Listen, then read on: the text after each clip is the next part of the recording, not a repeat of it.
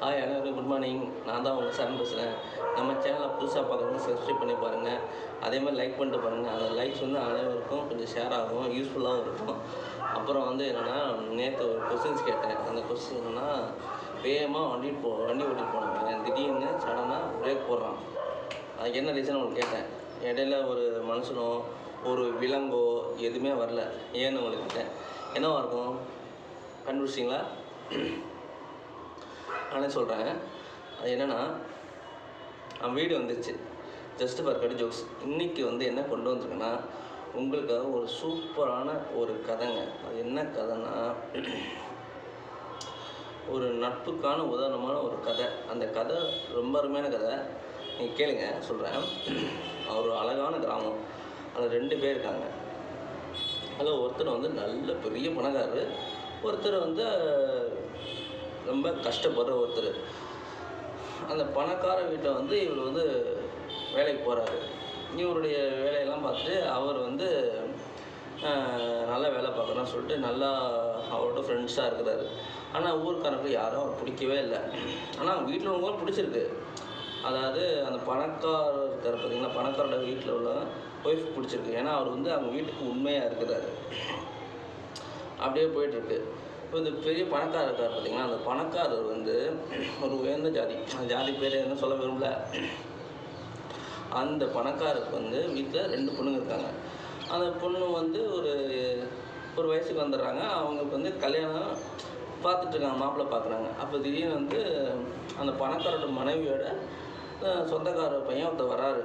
உடனே அந்த பணக்காரோட நல்ல உண்மையான ஒருத்தர் சொன்னால ஒரு நண்பன் அவர் சொல்கிறார், நம்ம அம்மாவோட தம்பியை கல்யாணம் பண்ணி வச்சுலாம் சொல்கிறாரு. இல்லை அதெல்லாம் வேணாம், நல்லா சரி வரதான் சொல்லிடுறாங்க. உடனே கோச்சு போயிடுறாரு. உடனே சரின்னு ஒத்துக்கிறாங்க.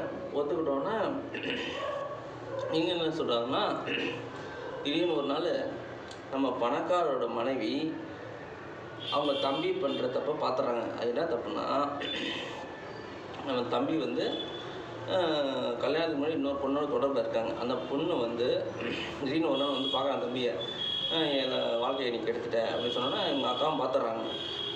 பார்த்தோன்னே இந்த கல்யாணத்துக்கு வேண்டாத வேலை நடந்துகிட்ருக்கு. அந்த இதில் நிறுத்த போகிறாங்க. உடனே தம்பி என்ன பண்ணுறாருன்னா, தம்பி வந்து தள்ளி விட்டுறாரு.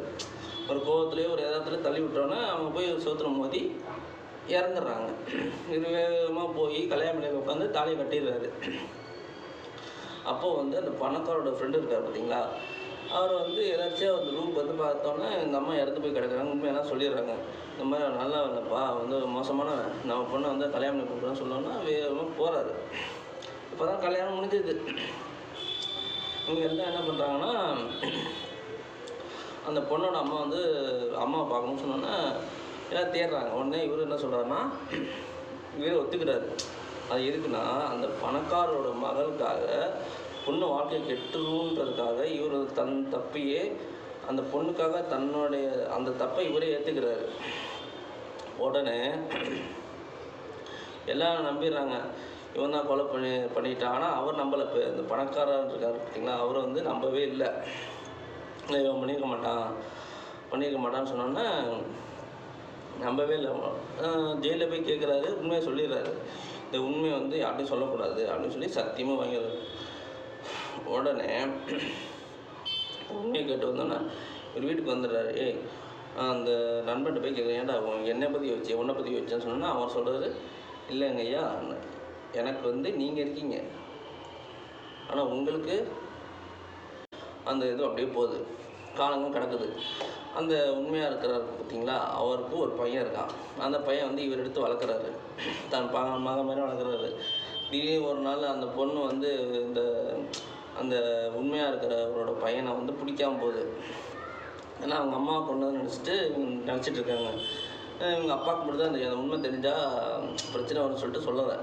அப்புறம் காலப்போக்கில் வந்து அந்த பையன் வந்து அவங்க அப்பா தப்பாக நினைக்க ஆரம்பிச்சிடுறான். ஐயோ, நம்ம அப்பா வந்து கொலைகாரன், அதனால தான் யாருக்கும் நம்ம அப்பா பிடிக்கல அப்படின்னு சொன்னோன்னே அப்படி காலங்கள் கிடக்க அவங்க அப்பா தப்பாக நினைக்க ஒரு கடைசியில் அந்த பெரிய அந்த பணக்காரர் இருக்கார் பார்த்தீங்களா, அவர் வந்து இவர் வந்து இல்லையா அவர் வந்து நல்லவன்டா அப்படின்னு சொன்னோன்னே இவர் நம்ப ஆரம்பிச்சார். நம்ம அப்பா வந்து நம்ம தப்பாக நினச்சிட்டோம் அப்படின்னு சொன்னோன்னே இவங்க வந்து ஒன்றும் ஆயிடுறாங்க. இப்போ என்னென்னா, அந்த ஒருத்தர் கொலை பண்ணியிருக்கான் பார்த்தீங்களா, அவனோட தம்பியை தான் அந்த பொண்ணுக்கு இப்போ கல்யாணம் பண்ணிக்க போகுது. அது நடக்கூடாதுன்றதுக்காக எல்லோரும் போகிறாங்க. கடைசியில் இவர் வந்து இறந்து போயிடுறாரு. அந்த உண்மையாக இருக்கார் பார்த்தீங்களா, அந்த சண்டேயில் வந்து இவர் இறந்து போனோன்னே இதை பார்த்து அந்த நிகழ்ச்சியை பார்த்தோன்னே நண்பரும் இறந்து போயிடுறாரு. எப்படி இருக்கு பாருங்க நட்பு. ஆனால் இந்த நட்பு வந்து எவ்வளோ உண்மையான நட்பு பார்த்தீங்களா? உண்மையான நட்பு, விசுவாசமான நட்பு. இந்த நட்பில் வந்து நிறையா அர்த்தங்கள் நிறைஞ்சிருக்கு.